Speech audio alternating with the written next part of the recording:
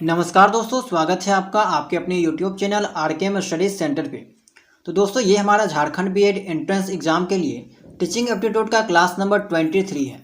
और आज के इस क्लास में हम लोग एक इम्पॉर्टेंट टॉपिक सृजनशील बालक के बारे में कंप्लीट जानकारी लेने वाले हैं। यहाँ पे सबसे पहले हम लोग सृजनशीलता के बारे में समझेंगे, उसके क्या अर्थ होते हैं, क्या क्या तत्व होते हैं, कौन से यहाँ पे उसकी विशेषताएं होते हैं। उनके बाद हम लोग जो है वो यहाँ पे सृजनशील बालक के बारे में जानेंगे। ठीक है, तो वीडियो बहुत ही इंपॉर्टेंट है, क्लास इंपॉर्टेंट है, तो क्लास को लास्ट तक जरूर देखिएगा। चलिए क्लास को स्टार्ट करते हैं।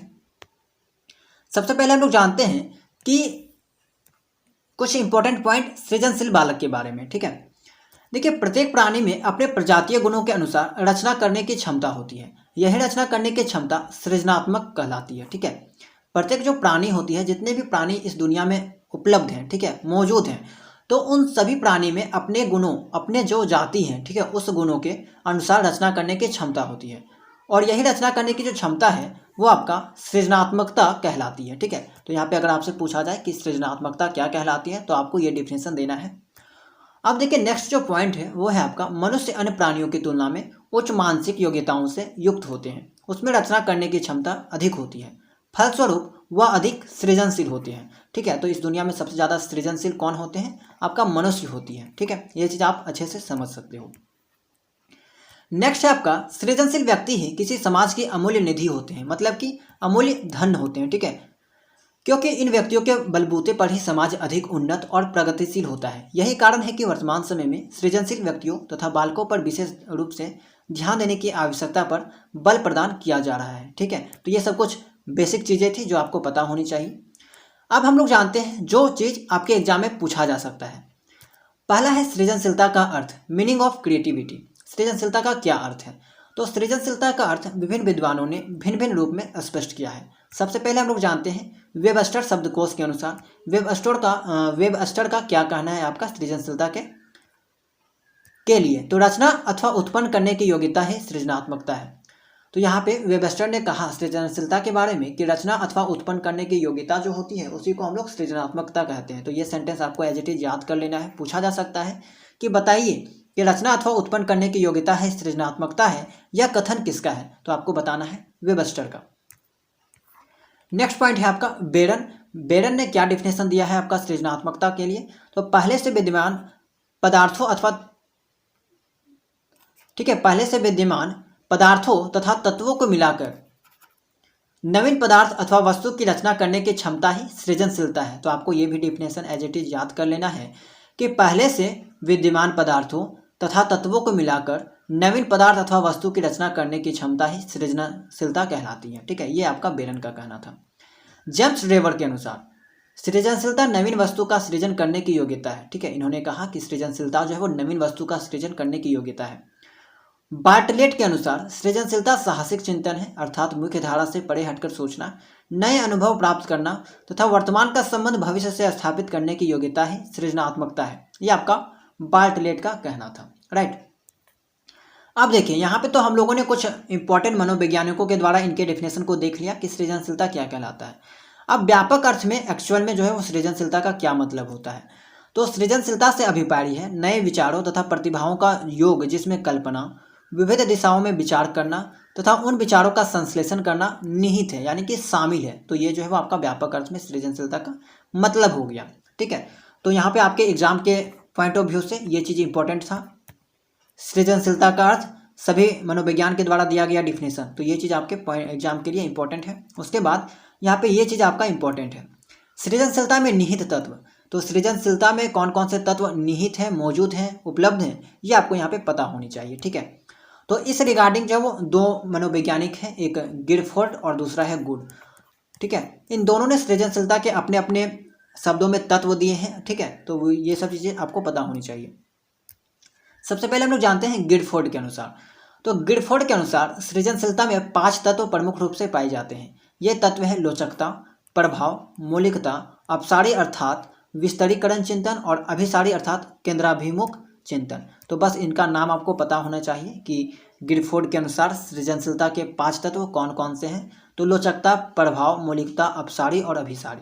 तो ये चीज़ आपका इनका नाम पता होना चाहिए। नेक्स्ट आपका गुड।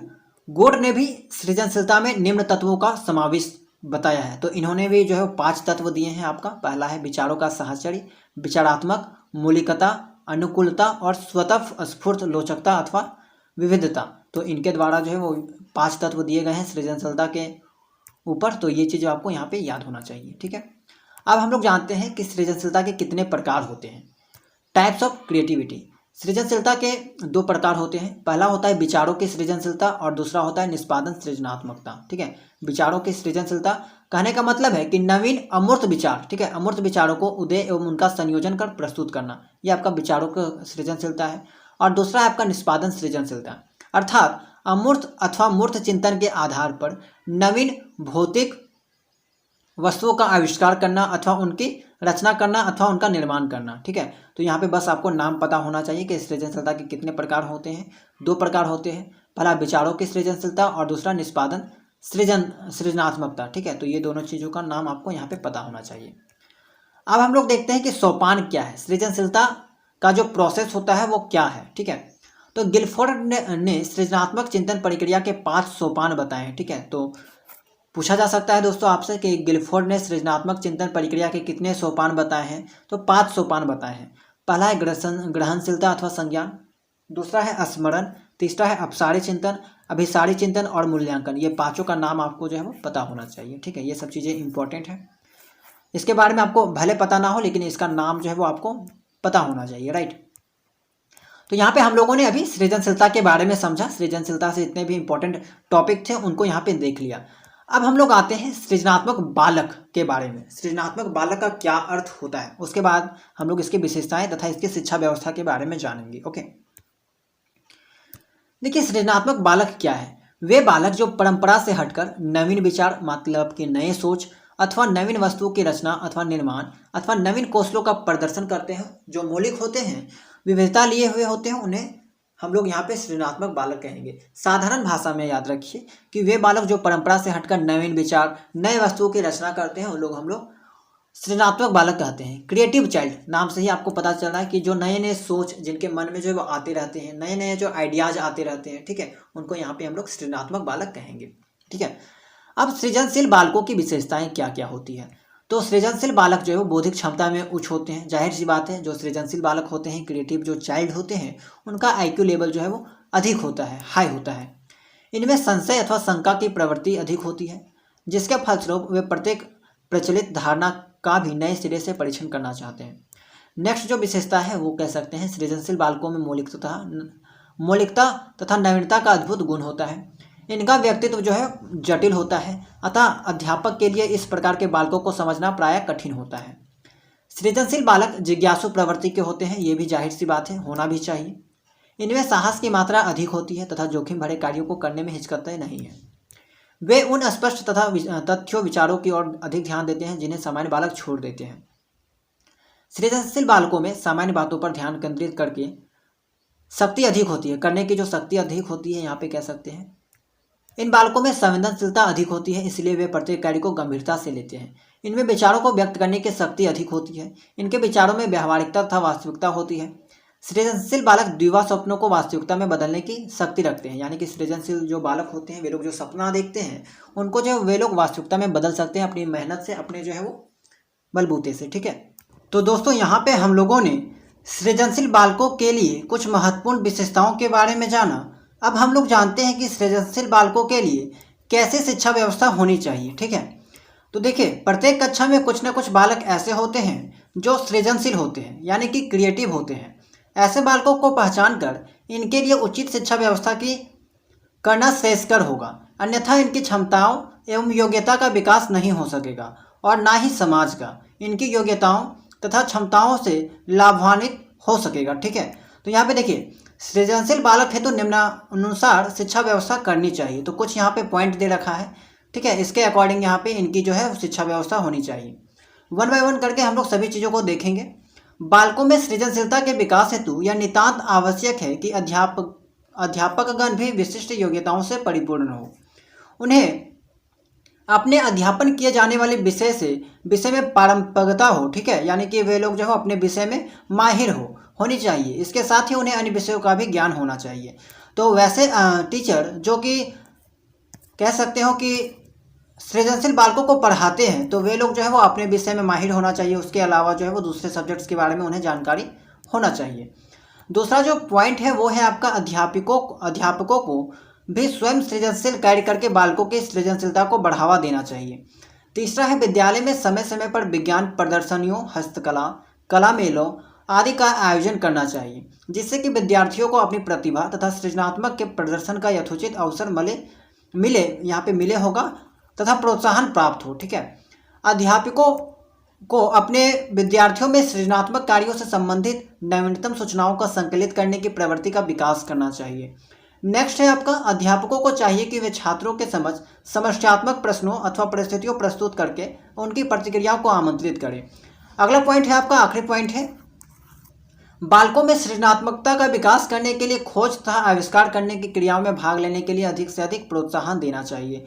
सातवां पॉइंट है आपका कि सृजनात्मक छात्रों को समय समय पर अतिरिक्त विभिन्न प्रोजेक्ट कार्य देने चाहिए जो कि क्रिया प्रधान के साथ साथ खोजपूर्ण भी हो। तो यहाँ पे ये सब कुछ इंपॉर्टेंट शिक्षा व्यवस्था थी जो कि सृजनात्मक बालक के लिए इंपॉर्टेंट था, महत्वपूर्ण था। ठीक है।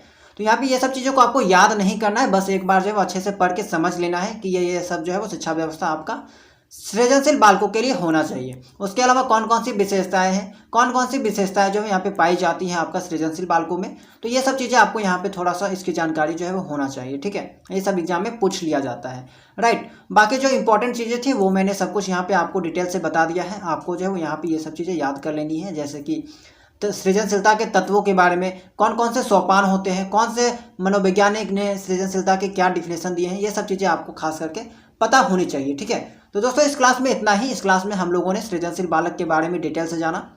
अगर इस टॉपिक से आपका कोई प्रश्न बनता है तो मैंने जितना आपको बताया है यहीं से आपका क्वेश्चन जो है पूछा जाएगा। ठीक है।